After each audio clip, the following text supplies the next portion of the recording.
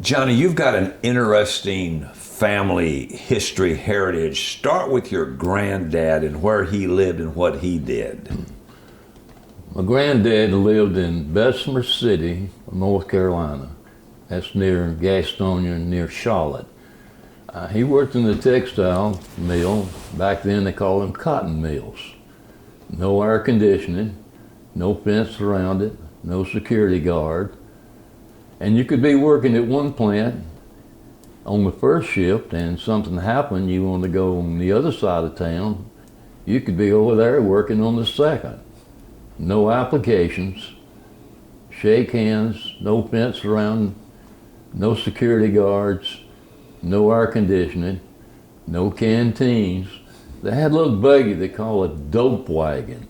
That's after Coca-Cola, because Coca-Cola, when it first came out, it was called a dope wagon because it had a certain amount of, I won't mention it, but you know what I'm talking about. Sure. And people always felt good after drinking the Coca-Cola.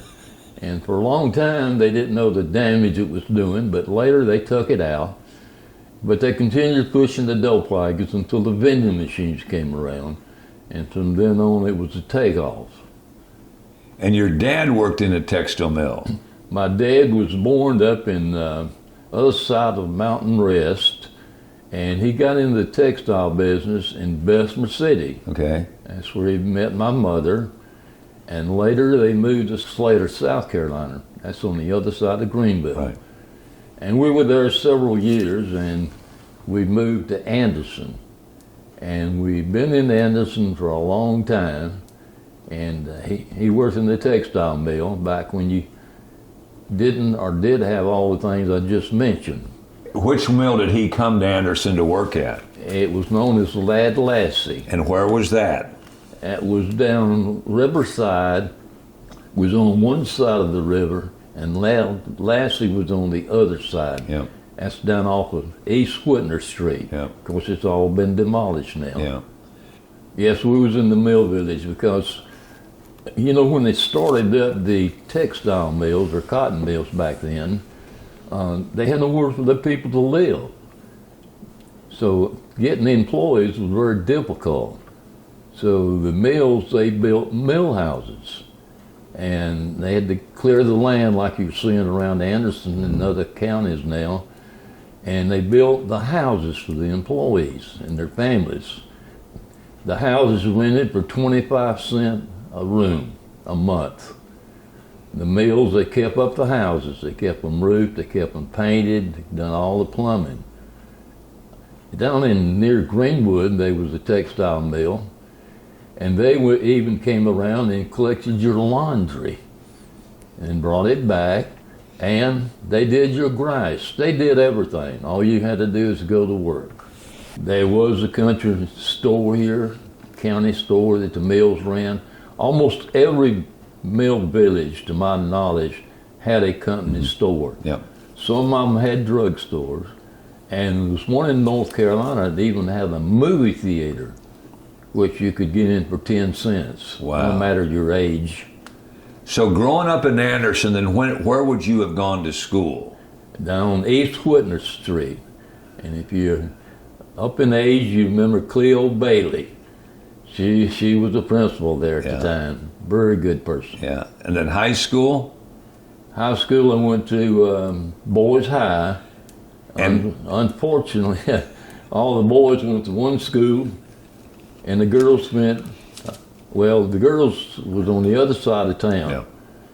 So we spent about half of our time slipping off and going up to Girls High. Well, having been to Boys High, what's your favorite Professor Reams story? Did he ever call you into the office and have you bend over his desk? I never had that to happen to me.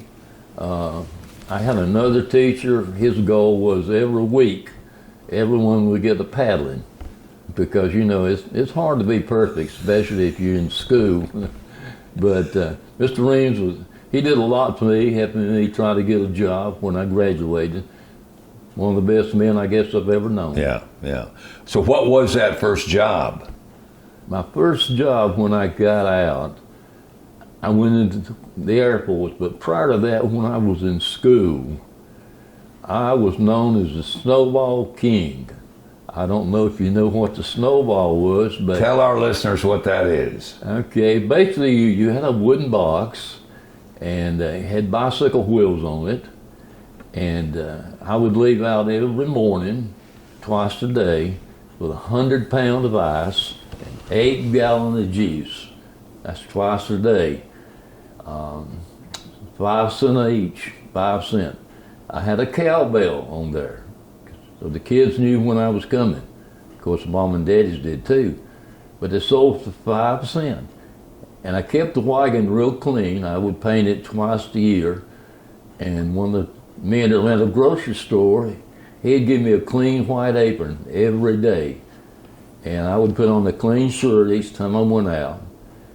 And one thing I remember and always will remember, on Jefferson Avenue, coming off of Whitner, there's a steep hill going down Jefferson and up the other side. Yeah. Well, there's a railroad track there just before we start to decline.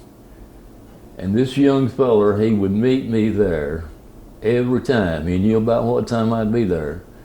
And we would both hold on to the wagon and take it down the hill. Now, I could get it up, but I couldn't get it down because it wanted to run away from me.